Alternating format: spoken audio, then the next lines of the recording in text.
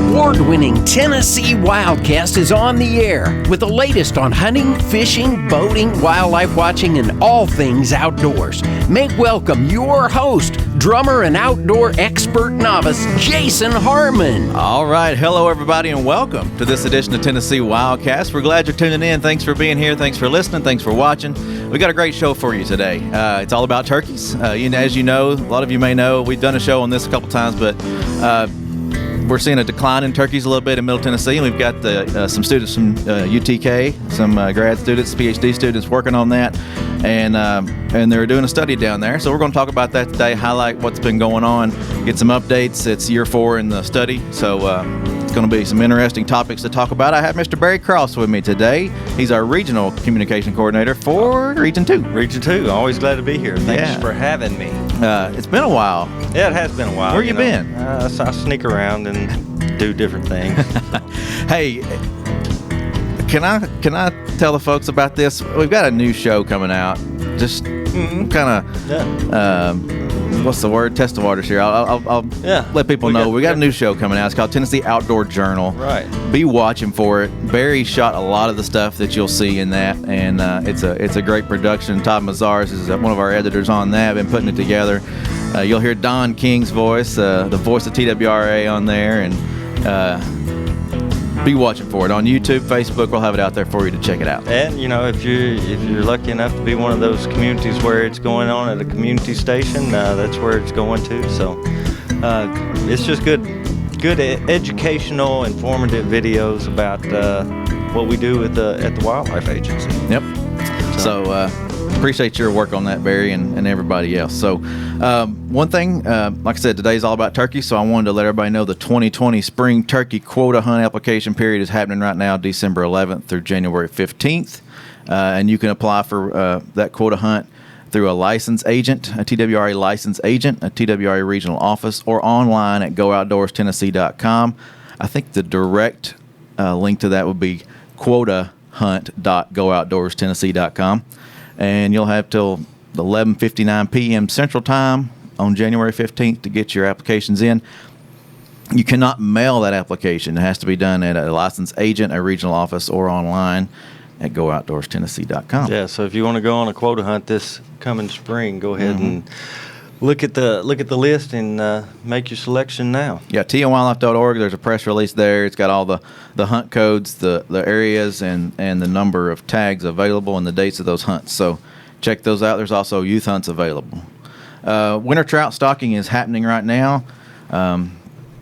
It's a great time to go catch some trout. March the 20th. It's running now through March 20th. So you'll have a pretty good while to chase the trout truck around and go catch some trout. We got a schedule on the website, and I encourage everybody to go to that schedule and look at the locations and dates that they're going to be releasing fish. Of course, there's time. You don't know what time the truck's going to arrive, but if a location is changed or a date is changed, it'll be updated on that schedule. But you can also find the location. You can navigate to it through your Google Maps. And, it's a great time to get out in the winter. Like the last couple of days we had some 60-degree weather, and anybody can get out and fish during that time of year. So, and the fish are there for you. I mean, it's put and take. It's put and take. We want you to go catch them. We want to take them home and, try your culinary expertise on them. But a little lemon peppered trout or something. Yeah. Doesn't mean you have to keep them. A lot of people like to catch and release, and that's fine. But the fish are there for the taking, and that's what we want people to do. You get 7 a day, and they're all anywhere from 8 to 12 inches, and there might be a few bonus fish out there that will really get your heart pumping. So yeah, some big ones. It's a good opportunity. It's the trout schedule's subject to change. If we have bad weather some days and you can't get the truck where we need to and get those fish released, we'll make adjustments to that PDF online, and we'll also try to get that information out through Facebook and our social media channels. One last thing, the Sandhill Crane Festival, Miss Mimi Barnes in Region 3 will be happy for them, announcing this. It's January the 29th, it's the 29th annual. It's January 18th and 19th. And that's held in Birchwood, Tennessee, down in Meigs County at the Hiawassee Refuge. The community center or the Birchwood schools where a lot of the the events are happening, but that you can go out to the Hiawassee Refuge at the It's a great opportunity area. to go out and see a bunch of birds. Yeah. I mean, you get a lot of bird watchers out there. You get a lot of people with spotting scopes and all that. But I'm not much of a bird watcher, but going out there and seeing thousands of those things get up and fly over you is pretty cool. Yep. So I know Mimi's doing a lot of work with that, and the community's very involved with it. So it's a good event. Yep. So a lot of great things happening right now and a lot of ways to get involved. And so let's get to our guests. Miss Lindsey Phillips, she's a Ph.D. student at University of Tennessee, Knoxville. And Roger Shields is with us as well. He's the Turkey Program Coordinator for the agency, and we're glad y'all are here. Thanks for having us. Happy to be here. Yeah. So this project that's been going on, it's been going on for 3 years solid now. We're in our 4th year getting started, and we're going to get a background on this today. Like I said, we've talked about it some on the show, but let's get a background on it. And Lindsey, let's learn about this program and learn a little bit about you too. I want to know how you got into this field, and so let's start there and see where we go today. Certainly. Sounds good.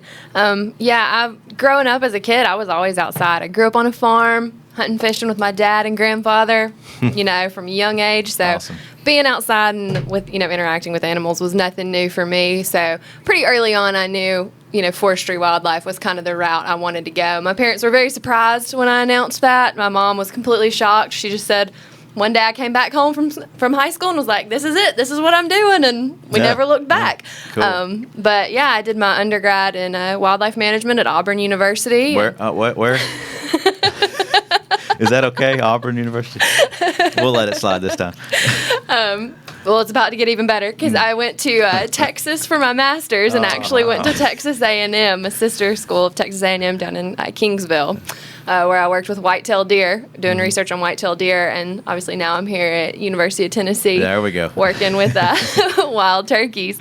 I always knew I liked the big animals and wanted to play with the big ones, the large, charismatic animals, and so this project was just perfect for me. The project, kind of like you said, it's a 5-year study. We're looking into, this potential population decline in Middle Tennessee. Spring harvest numbers, so the number of birds that hunters are harvesting has really dropped off in that region. So we're trying to see, is there something going on in the population that's driving that? So we're looking at all aspects of turkey ecology. That's pretty much how I tell landowners that the general public that I talk to. I'm like, if you can think about it with turkeys, odds are I'm looking into it. It's a really all-encompassing project. Yeah. We're trapping adults. We're monitoring their survival. We're monitoring nests when the hens go down to incubate nests, how those nests survive. We're trapping poults, and we're monitoring the poult survivals. I'm looking at predation rates. I'm looking at disease. We're looking at gobbling chronology. That's something a lot of people don't realize you can do, but I've got these little devices I put out on trees just like game cameras that record gobbling activity. So it's really kind of all-inclusive. That's the best way I can tell people is if you can think about it, odds are I'm looking into it. That's pretty cool. Now, this study all came about because we had, not only were we seeing a decline, but we had an outcry from hunters. And what do we hope to find from this study, Roger? I mean, is it going to be the answer, or is it going to be, we don't know. I mean, what do we hope that we're going to find? Well, optimistically, you hope you find some, real clear, this is what's going on. But that's the hope. What realistically we might get out of it is some guidance in terms of management that we could do that would improve the conditions down there and help improve the population. She didn't talk about it, but another aspect of the project is doing some hunter surveys to kind of learn about what hunters are, both their satisfaction level and kind of what they're willing to deal with in terms of maybe regulation change or, just making sure that they're aware of the study and the population, how many of them are aware that, numbers have been in decline and what does that mean to them. And so, but ultimately we're looking to try and answer that question. Is this decline, first of all, is it a true decline? And then is there something we can do to stop it, reverse it, whatever, but, through management that we can either take ourselves or encourage landowners to do. Yeah, I was curious. I'm curious about this because, I mean, back years ago, 2000, 2005, somewhere in there, you go down there and turkey hunt, and it was a chorus of turkeys. If you were down in the hollow, it was, 360. I mean, they were everywhere. And, I've never experienced that in the county I hunt. And, that was the best place on earth to go kill a turkey. It's just, they were everywhere. And I always wondered, when this started, well, maybe it's just a perception or perceived that there's no turkeys anymore because you're not hearing that, but you're still got turkeys. But I hope this study, brings whatever it is to light, and I feel like you got a great start so far. Yeah, you mentioned we've mentioned down there, and what counties are you working in? And you mentioned landowners. Are you working with private lands or public lands? Yes, so we're working in 5 counties in south central Tennessee, and they're Bedford, Giles, Lawrence, Murray, and Wayne counties. Predominantly, we work on private lands, but we do have a few WMAs and public lands that we're working on. But I'd say 90% of the work is done on private lands, and so we interact a lot with the landowners, obviously gaining permission to access their property. Mm-hmm. And to date, we have gained access to roughly like 100,000 acres of land in those 5 counties to be able to access to do this project. So kind of like you were mentioning, Barry, like there is this public outcry. All the landowners down there have similar stories to what you just mentioned about hearing all the birds and now really not seeing or hearing very many anymore. And so they are all concerned. There's a big push from that area of Tennessee to look into this. Yeah, explain a little bit of the process. I mean, you don't just go out and set up a net and go, okay, the birds will be here. Start whistling or do you? How do you do that? Calling for them, bring them in. No, that's not how we do it. In the beginning of the project, we relied pretty heavily on a lot of our wildlife officers in the area to kind of help us, pick out some big landowners, pick out where we knew some birds were located. So we really relied on them in the beginning to kind of jumpstart our, locations for our study. But since then, we watch the birds. They'll all come together in pretty large winter flocks. So we watch the birds all through the winter months and kind of see where they're moving, see what properties they're hanging out on. And then we actually use corn to bait them into a certain location. Corn goes down after deer season. It comes off the ground before turkey season. But we do use corn to bait them into one location so that we can use a rocket net, which is a big 50-foot by 40-foot net that we basically launch up over the top of the birds to trap the birds once they're safely on bait. And I mean, what all are you looking at once you get these birds? I know you got to go out there and wrangle them a little bit. Yes. But what are you doing? You're not just putting transmitters on all of them. No, so we have certain targets that we try, certain target number of birds that we try to keep with radio tracking devices on them at each of our study sites. So every year we try to maintain about 200 birds across the 5 counties that we're tracking their daily movements. So usually when we're out trapping, we're kind of looking for certain targets, males or females, adults versus juveniles. And then once we do shoot the rocket net off and trap the birds, we're taking all the body measurements. We're taking weights, we're taking beard length, spur length measurements. We're taking leg measurements, ages. We're taking blood samples as well as fecal samples for our disease testing. And then each one of them does get fitted with, like you're mentioning, a radio tracking device as well as a leg band. Yeah, I got to do the fecal test. Gathering. One part of this wasn't fun. One part of this project that is we've kind of changed a little bit. So the first couple of years, we had a different grad student on the project. His name was Vinny Johnson. Vinny, yeah. And he did the first 2 years of data collection, and he was pretty much using, when she's talking about the radio transmitters, a VHF style. So it was a transmitter that just sends out a signal, and you've got to go out there with your handheld antenna and find that signal. We've started with Lindsey transitioning now into, we've been able to get a few what we call GPS transmitters that are just like GPS in your car or the handheld GPS. So they're collecting daily or hourly or whatever the frequency you set up, but they're collecting the data on that device, and then you go and download the data off of it occasionally. So it's kind she's of getting evolved. much better. Yeah. Yes. Yeah. That's she can similar tell to you more about it. To the mallard study that's going on right now. They're using the GPS backpacks. Cool. So Vinny, the first 2 years, gathered a lot of information, and in October, Dr. Bueller came and spoke to the commission and kind of gave an update. So how is those first 2 years different from what you're doing? Are you focusing on the same size bird, a parent or a poll, or what differs with the first 2 years versus the next two? So really the first 2 years were just the exact same pretty much as far as the main data collection is what we're still doing now. It's just a continuation on into now. So all the data Vinny collected in the first 2 years, I will continue to use now.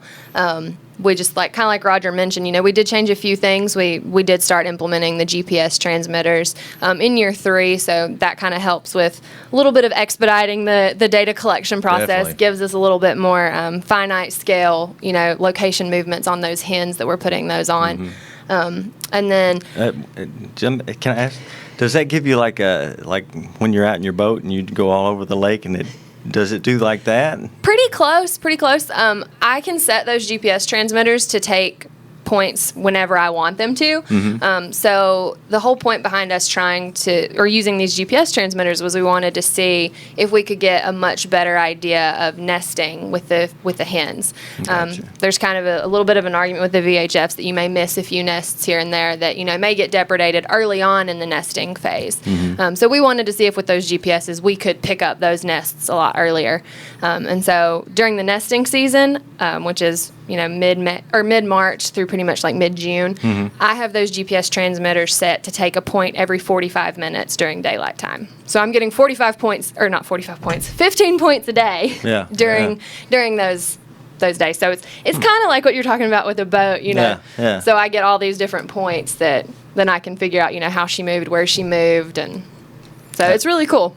But go back to your question about is it the same kind of data that we're collecting, and it is. And she's going to look at some other aspects from what Vinny looked at, but the data collection is the same. But that's by design. We wanted 5 years of consistent data collection because year-to-year variation is pretty great. And if you look at just a year or two, you might catch it. Everybody knows you might have 2 bad winters, say, or Right. this last springs. winter was how much rain did we get this past winter? I mean, that was not a typical year, and so that's going to affect things. So we want to have lots of years of data so that hopefully you get some really odd years, some normal years, and then you kind of see really what is going on with the turkey population in all of these various situations. Yeah, those cold, wet rains, poults don't do well, and Yeah.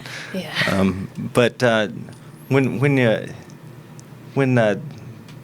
we start following them, are the poult information is that as important as the nesting predation? I mean, how much of survival are we getting? I know you got control counties. Are we seeing, or is it too early to tell? Are you seeing much difference between the control counties and the counties that you're studying? Yeah, so I get asked a lot of questions like that with what can you tell us so far?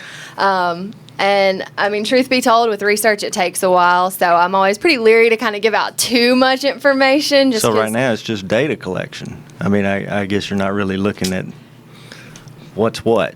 Yeah. We have some ideas from, like Roger mentioned, Vinny just completed his master's. And so we have some ideas from some of his analyses. So we have some kind of broad ideas of what we think may be going on. But as far as too nitty-gritty, we really haven't broken that down very much. This is a 5-year study as far as field work, but then there is a 6th year at the end where it will just be me in the office chugging away, analyzing all the data, putting everything together, kind of bringing everything together into a big population model to see, what is going on, what level does, nest success play, what level does poult success, how does it all fit together? So you're just not going to give us anything. I see. Okay. No, I'm just kidding. But to me, this study is interesting just because I don't know that there's ever been a study like this done. Has there? That scale, I would say no. I mean, again, typically research, especially through universities with a master's student, they're 2 at most 3 years of data collection, and so you're kind of getting a little small window.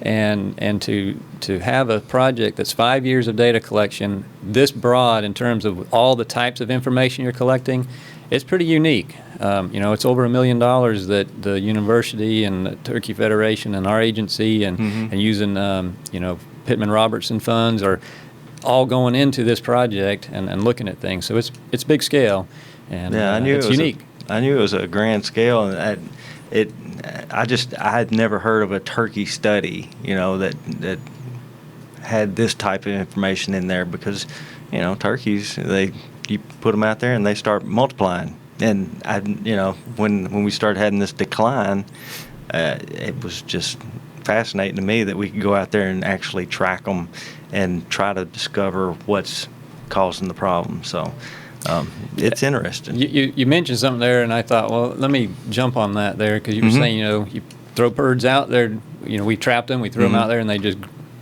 survived and reproduced, and populations grew. Well, that is what happened early on in that restoration phase, and then at some point you just can't grow forever. And I say this all the time. I think last time I was on, I kind of went over this too. But you can't grow forever, and at some point you're going to hit that peak and then start coming, either stabilize or you may drop a little bit. Kind of like a carrying capacity, I guess. Right, exactly. And so, I guess for myself, I'm curious how much of this decline is an adjustment, and how much of it is, we still have some things going on that are serious. And one thing, preliminary results is what I would term them as from Vinny's work, is that, across the board, it seemed like all of our vital rates, if you want to call them that, the nesting rate, how many of the hens were attempting to nest, how many of those nests were successful, how many poults were hatched, how many of the poults survived. Across the board, all of those measurements were down from what they had been back, in the 80s when they were initially doing some research, and then in other states too. But a lot from those other studies were during that restoration phase. So Vinny had also looked at some studies where the other studies had reported that they were studying a population decline, and the metrics, those measurements that they were reporting were very similar to what we're seeing down in those 5 counties. And so it does suggest that, this is, something that's maybe a little correction. More, it's a declining or stabilizing population. So we're definitely not at that level we were when we were, firing on all cylinders and really just in the heyday, growing. man. Yeah, exactly. Well, I will say that was an exciting time down there when that was all going on. But for me, it's just interesting that we've got this, and we're able to. I mean, turkeys are kind of like quail in a sense. There's a lot of animals out there that want to eat them or eat the nests. Do we see any of the predation of nests? I know a lot of people ask me about that. Yes, and we certainly do see that. A bird that normally sleeps in a tree at night that's now going to be on the ground for 28 days sitting on eggs. It's an easy time for them as well as their nests to get picked off. We do see quite a bit of predation on the bird itself as well as on the nest.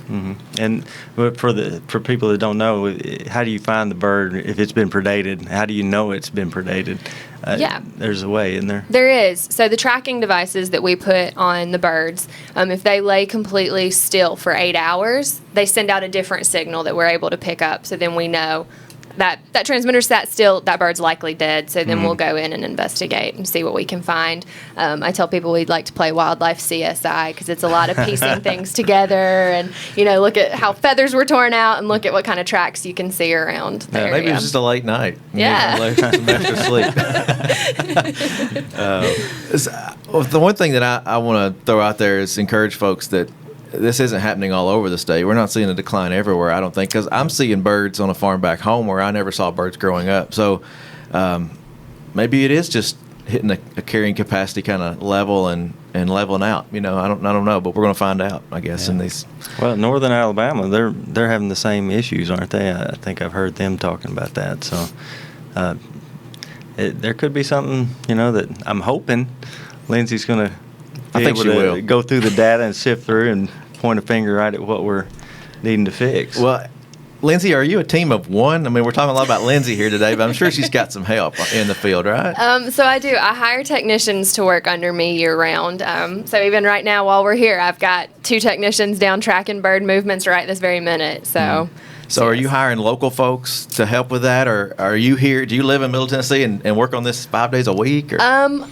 So Currently, I've been back on campus during the fall semester. I'm back Gotcha. over in Knoxville doing classwork. But come January, I'll be moving back down to Laurel Hill WMA down in my study sites. And that's where I'll be living from January to August. Wow. More like 7 days a week of working on turkey stuff, sleeping, eating, thinking, dreaming about turkeys. So you mentioned you got people out tracking right now. These trackers, how long do the transmitters last? I mean, do you leave them on for years, or? Yeah, so the transmitters can actually last, according to the company, for up to 5 to 7 years. Wow. So once we trap a bird, as long as that bird is good at staying alive, we can continue to track, that bird. And even if a bird dies and we retrieve that transmitter, we can redeploy that transmitter on another bird. Wow. What happens if somebody shoots a bird that's got a transmitter on it? As long as it follows the state guidelines, it is legal to harvest our birds during season. Okay. But they do have our phone number on them They don't for get them to keep that. They get to keep the leg band, but not the tracking device. And so there is a phone number on them for them to call us. And like I mentioned too, we're looking at disease down in that region, in that area. And so kind of a little plug there for anybody that's listening. If you harvest a bird within our counties, even if it's not one of my tagged birds, we're more than happy to come and get that bird. Whatever parts you don't want, we're more than happy to try to meet you to get that bird, because just that adds to our sample size for our disease testing. So, like I said, any birds in Bedford, Giles, Lawrence, Murray, and Wayne counties. How would they get a hold of you? They can either call me or email me. I don't know if y'all want me to share it now. If you want to, you can. Yeah. If not, we can throw it in the post or whatever. Yeah, either way. Feel free to shoot me an email. It's lphill46@vols.utk.edu. Okay, awesome. And I have one more question. I just lost it. Well, I was going to ask Roger. I mean, I got the turkey coordinator standing here. Turkey season's coming up. Any forecast for this year's hunts? Do you feel good about where we've been over the last couple of years? Well, like Jason was saying, this decline is not happening all across the state, and it's interesting. When I looked at the harvest from last year, there were areas that were up, and there were areas that were down, and I think that is what you would expect from a stable population. Some years better than others. This past year, poult production wasn't the greatest, so we're not probably going to see as many jakes out there on the landscape, but from 2 years ago, there should be some pretty good numbers of 2.5-year-old birds. So that'll be good for this year. Not so good for next year with the poult production we had. But, yeah. All right. Good deal. Well, get out there and enjoy the outdoors. Remember to go to tnwildlife.org, get your license, and or go outdoorstennessee.com. Either way, get your license and get outside and enjoy what there is out there to get into. Lindsey, thank you. Yeah, winter trout. Winter trout's up and go watch some cranes fly if you can. San Jose Cranes on January 18th and 19th. Lindsey, thank you. Thank you for having me. I appreciate all the work you got going on, and thank you, Roger, for all the work you do. Us. So, Been fun. Thanks. Yeah, and turkey quota hunts. Don't forget those. Yep, don't forget to Sign up today. Sign up. All right. We'll see y'all next time on Tennessee WildCast. Thanks for tuning in. Stay connected with TWRA by visiting our website at tnwildlife.org and follow us on Facebook, Twitter, and Instagram. Hey, it's all about Tennessee wildlife. It's what we do. Tennessee WildCast will be on the air again next week. We'll see you then.